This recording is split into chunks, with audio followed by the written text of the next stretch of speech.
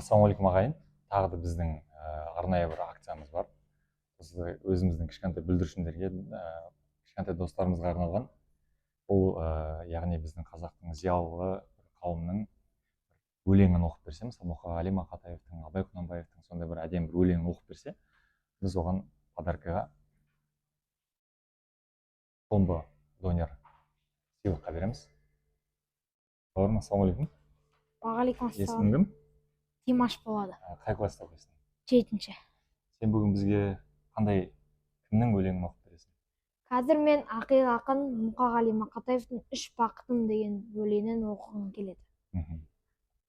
Мұқағали Мақатаев «Үш бақытым». Ең бірінші бақытым халқым менің. Соған берем ойымның алтын кенін. Ол бар болса, мен бармын, қор болмаймын. Қымбатырақ алтыннан нарқым менің. Ал екінші бақытым тілім менің.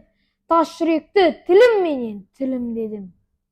Кейде дүниеден түнілсем де, қасиетті тілімнен түнілмедім.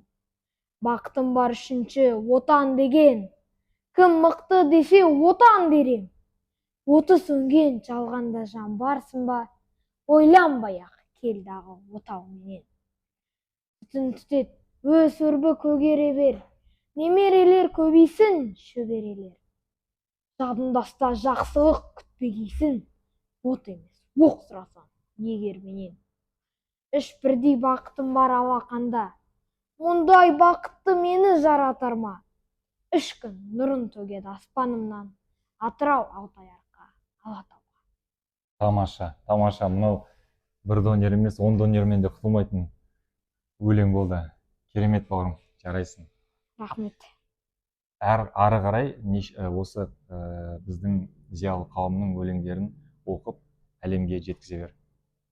Тамаша.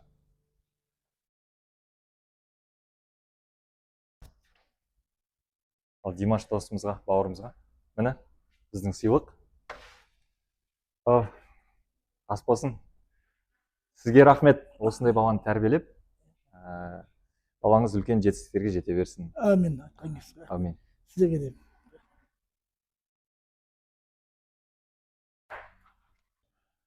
Ал ағайын, сіздердің де балаларыңыз осылай Димаш бауырымыз сияқты керемет өлең оқитын қабілеті бар болса, сіздерді күтеміз.